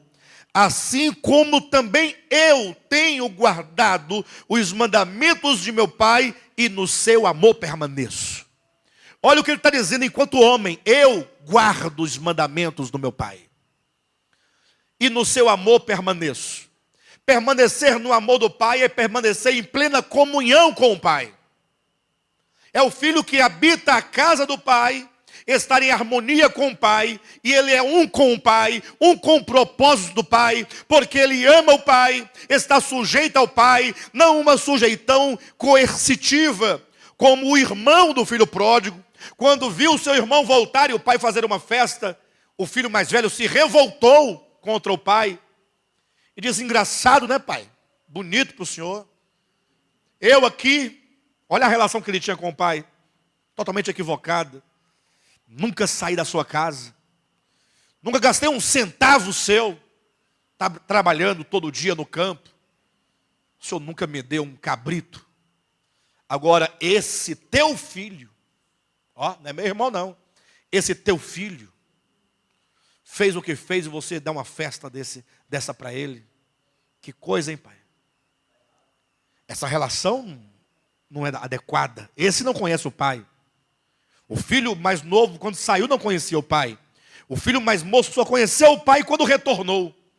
Porque ele vinha no caminho de volta, treinando o que diria. Chega lá, eu vou dizer: pai, pequei contra ti. Eu vou confessar, vou dizer mesmo. E eu sei que ele não vai me perdoar, mas eu vou dizer que se ele pelo menos me receber como empregado, já está de bom tamanho. Ele pensava, preocupado: será que ele vai me receber pelo menos como empregado? Era a preocupação dele, ué. Ele conhecia o pai? Não conhecia o pai. Ele não sabia que quando ele chegasse ainda a meia distância da casa, o pai correria ao seu encontro. O pai estava desesperado pelo retorno do filho. E abraçaria esse filho, sem jogar na cara, sem dizer nenhuma palavra, sem perguntar: cadê o dinheiro que você levou? Nada disso. E apenas abraçar e beijar o filho e ordenar aos empregados, dizendo: trazei sandálias, a melhor veste, e ponde-lhe no dedo o meu anel. Por que tudo isso? Porque esse meu filho estava morto e reviveu. Isso é ressurreição, isto é novo nascimento, isso é voltar para a casa do Pai, isso é readquirir a posição de filho, isso é salvação. Esse filho que retorna não é o mesmo que saiu. O que saiu morreu. Porque, mas não era o mesmo? E então o pai tinha 3 filhos. Não, é porque aquele filho, quando saiu de casa, saiu movido por uma consciência. Essa consciência era ele. Mas para tomar o caminho de volta, essa consciência tem que mudar. Senão não volta. Então, quando ele foi voltando, a consciência se transformando, que ele abraça o pai, que ele beija o pai, que é beijado pelo pai, agora ele conhece o pai, agora a consciência que ele tem acerca de si mesmo, acerca do pai, acerca da casa do pai, é outra. Portanto, ele é outro. Ele reviveu, ele nasceu de novo. Ele agora tem um outro coração, uma outra mente, um outro entendimento, um novo comportamento. Mas não é um comportamento que está escrito numa cartilha. Agora é uma obediência ao Pai. Aquele que me ama, guarda os meus mandamentos. Agora é uma obediência movida pelo amor. E é um amor que explode em razão de todo o conhecimento. Ele sabe quem é o Pai. Ele agora é totalmente grato. Paulo disse isso quando afirmou em 1 Coríntios, ou 2 Coríntios capítulo 5. Ele diz, versículo 14: o amor de Cristo nos constrange. Quando você compreende esse amor, você fica constrangido a viver para Ele. De modo que Ele morreu para que nós pudéssemos viver para Ele. Esse viver para Ele é o produto de uma visão acerca de quem é Deus. No capítulo 14, Filipe falou: Senhor, nós não sabemos quem é o Pai. Mostra-nos o Pai, queremos conhecer o Pai, isso nos basta. E Cristo disse: mas Filipe, tanto tempo eu estou convosco que você não me tem conhecido? Vocês não conhecem nem ao Pai, nem a mim? Os irmãos estão entendendo? De sorte então, que no versículo 10 diz: se guardardes os meus mandamentos, permanecereis no meu amor, assim como também eu tenho guardado os mandamentos de meu Pai, e no seu amor permaneço. Veja o versículo 21, no capítulo 15. Ou melhor, versículo 12, depois o 17. O meu mandamento é este. Qual é o mandamento de Deus? Que vos ameis uns aos outros, assim como eu vos amei. Eu quero dizer para os irmãos que eu não estou à altura deste mandamento. Não estou. Se não quiserem mais me ouvir por causa disso, é só pararem de ouvir. Mas eu não posso dizer que eu estou à altura deste mandamento. Você está? E Deus não está triste conosco porque nós estamos confessando isso. Acredito que o primeiro passo é reconhecer a necessidade. Porque quando você estiver achando que está tudo bem e não estando, você está impedido. Pastor, mas os pastores não podem declarar suas fraquezas. Mas não tem que declarar fraqueza. É uma condição real da humanidade. Não é minha, o problema não é meu. O problema é nosso. Agora nós precisamos minimamente desejar por isso. Senhor, eu quero então trilhar esse caminho que me leva de volta ao Pai. Esse caminho que nos leva de volta ao Pai é o caminho da construção de uma nova consciência. Cada passo que o filho pródigo dava de retorno, ele confessava: pequei. Ele agora ganhava consciência do erro, que é sair da casa do pai, que é da parte humana, não do pai, ofender o pai, porque o filho ofendeu ao pai. Não que o pai se ofenda, mas o ato em si praticado é uma ofensa, ainda que o outro não se sinta ofendido. É a aquisição de uma consciência e de perceber o mal que é sair da casa do pai, o mal que é viver independentemente do pai, o mal que é não considerar a vida do pai em nós. Então esse caminho é um caminho de aperfeiçoamento, de construção de uma nova humanidade, de um novo coração. Olha o versículo 17 do capítulo 15. Isto vos mando, que vos ameis uns aos outros. É esse caminho da obediência e do amor ao Pai.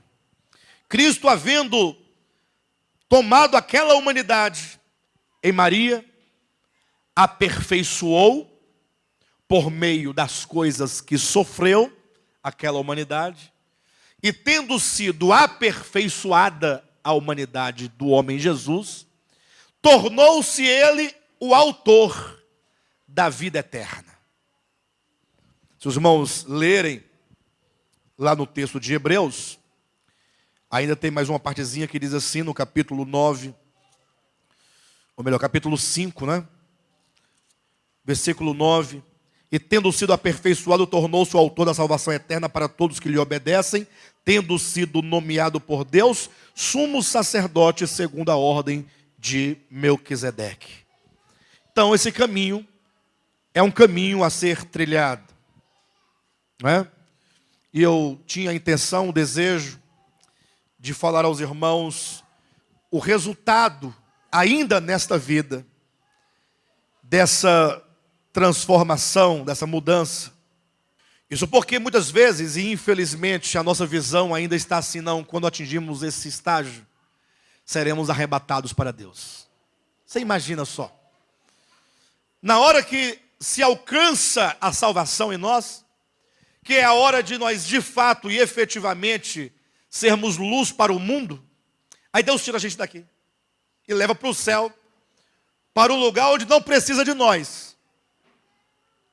Quando se lê a oração de Cristo, no capítulo 17 de João, preste atenção nisso. Já estou caminhando para o encerramento, nós temos ainda 20 minutos. Jesus, ele começa aquela oração dizendo, olha, a minha oração é por aqueles para que Deus santifique esses meus discípulos na palavra, para que eles sejam guardados e para que eles sejam um, assim como o Pai em mim, eu no Pai, somos um, que eles também sejam um em nós. Ou seja, para que eles retornem para essa unidade, para essa família, para esse coração, para essa mente, este amor, esta obediência, este lar edênico, essa harmonia, em cumprimento à vontade de Deus, que está em Efésios capítulo 1, versículo 9 e 10, desvendando-nos o mistério da sua vontade, que Deus estabeleceu em Cristo, para que na dispensação da plenitude dos tempos, todas as coisas dos céus e da terra convirjam para o Cristo de Deus. Essa convergência de todas as coisas é o retorno de tudo o que se afastou em razão do pecado de volta a Deus. Uma força centrípeta que traz e atrai, como se fosse um magnetismo de atração. Quando o mundo, o universo, for plenamente reconciliado com Deus. E eu quero usar esses 20 minutos seguintes, os 15 minutos que restam, para fechar falando um pouco sobre o nosso papel nesse processo. Vocês lembram do texto de Colossenses capítulo 1, versículo 24, quando Paulo diz, eu preencho no meu corpo o que resta das aflições de Cristo. Lembra disso? E ele diz a favor da igreja, que é o corpo de Cristo. Paulo dizia especificamente da associação dele, ele se associou a Cristo. E olha o que ele está dizendo, ele se associa aos sofrimentos de Cristo. Paulo tinha um espírito messiânico. Paulo compreendia que, embora ele não pudesse ser o salvador de ninguém, mas ele podia se associar à obra de redenção de Cristo, sendo ele um servo que contribuísse em alguma medida para que essa obra de salvação e de edificação do corpo de Cristo ocorresse. Isso é espírito messiânico. Paulo era um homem extremamente sensível. E no capítulo 17 de João, nós encontramos uma expressão de Cristo que para mim é fantástica, porque ele nos inclui enquanto participantes da obra de salvação, não enquanto redentores. Nós não podemos redimir a ninguém, nós próprios precisamos de sermos redimidos pelo Cristo de Deus que habita em nós e que nos conduz interiormente neste caminho de santificação, de salvação. Não é um caminho de aperfeiçoamento ou de autoaperfeiçoamento sem Cristo. É Cristo habitando em mim que me conduz nesse caminho dos sofrimentos e que vai me salvando interiormente, me levando a uma plena e nova consciência em Deus. Agora nós somos também chamados para participarmos dessa obra de redenção, quando Cristo diz assim, olha, Pai, para que todos, falando da igreja, sejam um. Quando todas as barreiras entre eles forem superadas, quando eles estiverem totalmente, não somente reunidos, mas unidos num só coração, numa só alma, porque todas as divergências que há entre nós enquanto seres humanos estão no âmbito ainda de uma consciência diabólica, que separa, caída, pecaminosa. Mas Jesus fala, Pai, quando todos eles forem um, ganhos no coração, na alma, então o mundo crerá que tu me enviaste. Ele diz, eu oro para que eles sejam um, para que o mundo creia. Ou seja, Cristo nos coloca enquanto igreja com um papel, para que o mundo chegue à conclusão e venha a crer que Jesus é o Cristo de Deus encarnado no tempo, é preciso que nós venhamos a demonstrar isso ao mundo. Depois de 2000 anos, o mundo olha para a igreja de Jesus Cristo. A igreja de Jesus Cristo não é Ministério de Volta à Palavra, não é igreja católica, não é igreja batista, nem presbiteriana, nem Deus e Amor. É o povo de Deus, fora de denominação, de placa. O mundo olha e não vê nada em nós. Ah, pastor, vê sim. Vê o quê? O que o mundo vê em nós? Então, vamos falar a verdade. O mundo vê uma religião das piores que tem. Infelizmente. O mundo zomba de nós, ri de nós.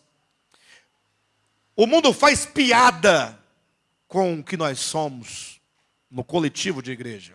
Os próprios crentes fazem piadas com nós mesmos. Você morre de rir. Basta você acessar alguns sites aí, os crentes rindo deles mesmos, fazem piada com tudo, desde dom de línguas até pastor que rouba, que adultera.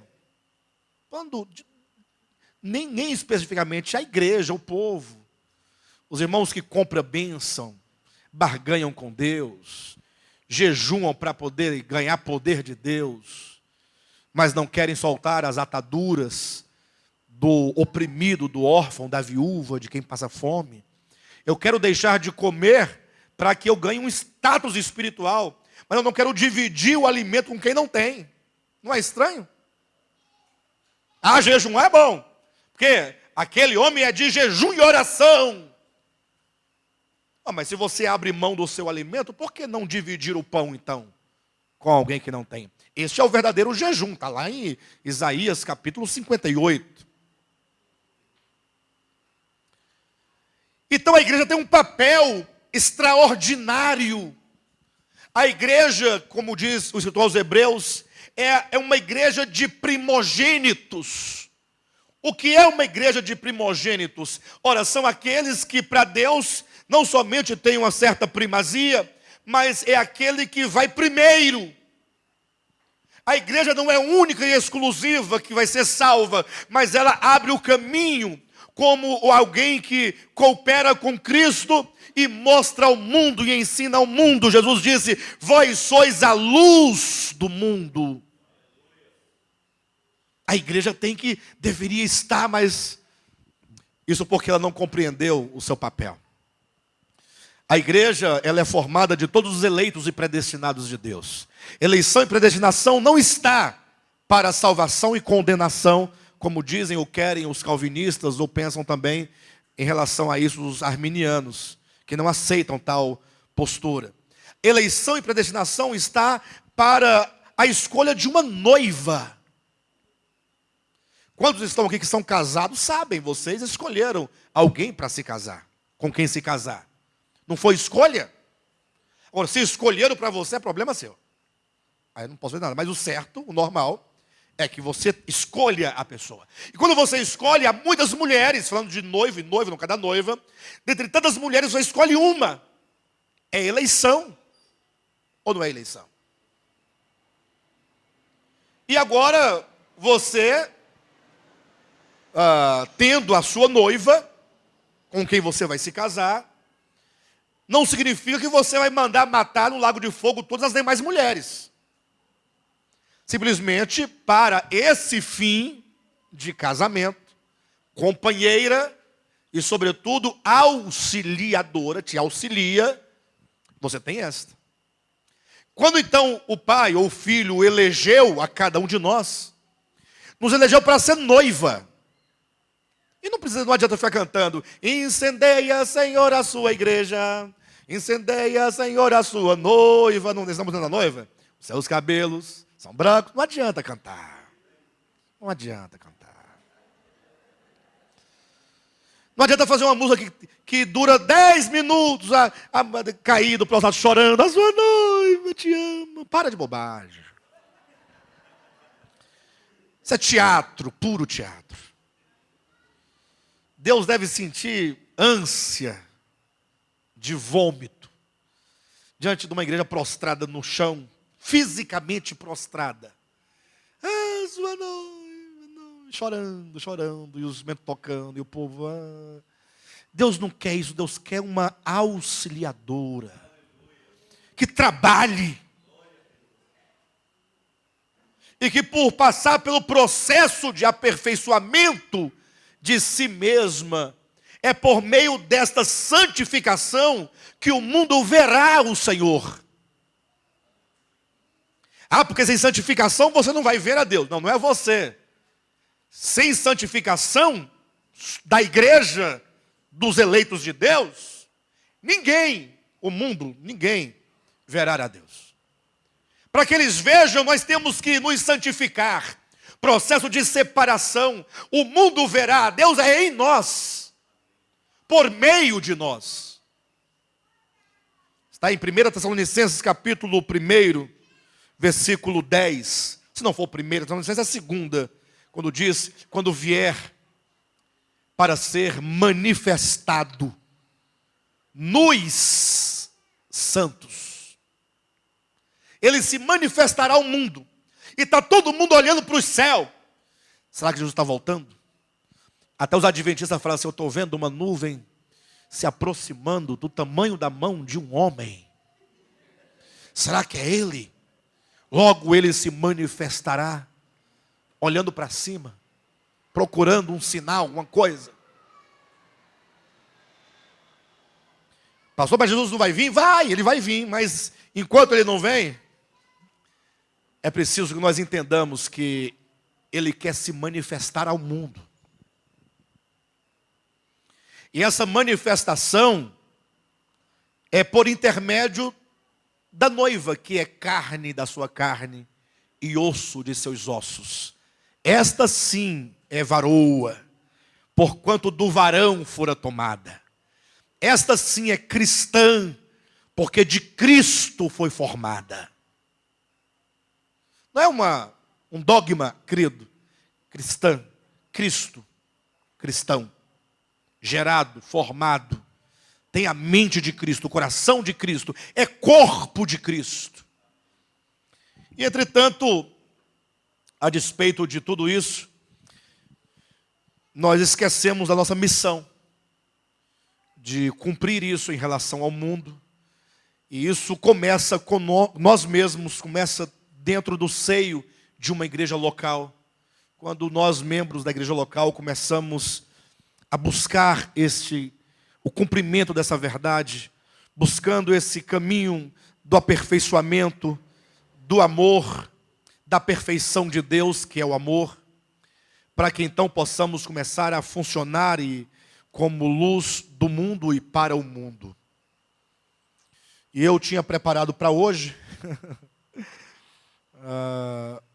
algumas características da igreja contemporânea, mas não vai ser possível. Eu vou passar os tópicos para o pastor Marcos, se ele quiser usar depois, ele usará. Se ele não quiser, ele vai fazer outra coisa. Tá bom? Por todos os efeitos, eu agradeço muito de coração a todos vocês por terem vindo, terem me ouvido esses 3 dias. Não é fácil me ouvir 3 dias, mas vocês vieram e ficaram aí bem quietinhos, olhando, observando. E isso é satisfatório para nós que viemos de longe. Vocês nos acolheram de uma maneira extraordinária. Todos vocês, todos. E acolheram também meus irmãos que vieram de longe. Vários lugares do estado de São Paulo, irmão do Rio de Janeiro, do Rio Grande do Sul, Paraná. Tem alguém do Paraná ou estou enganado? Minas Gerais. Enfim, eu sou grato a Deus por vocês todos. Tá bom? Peço perdão para vocês por eu não ter conseguido, dado conta de abordar tudo o que eu gostaria de abordar. Mas sempre é assim, né? Na verdade, as verdades são tão grandes que o tempo não permite que se esgote tudo. Mas nós estamos vivos, nós vamos ter ainda muitas oportunidades. Um beijo no coração de todos vocês e muito obrigado, viu, gente?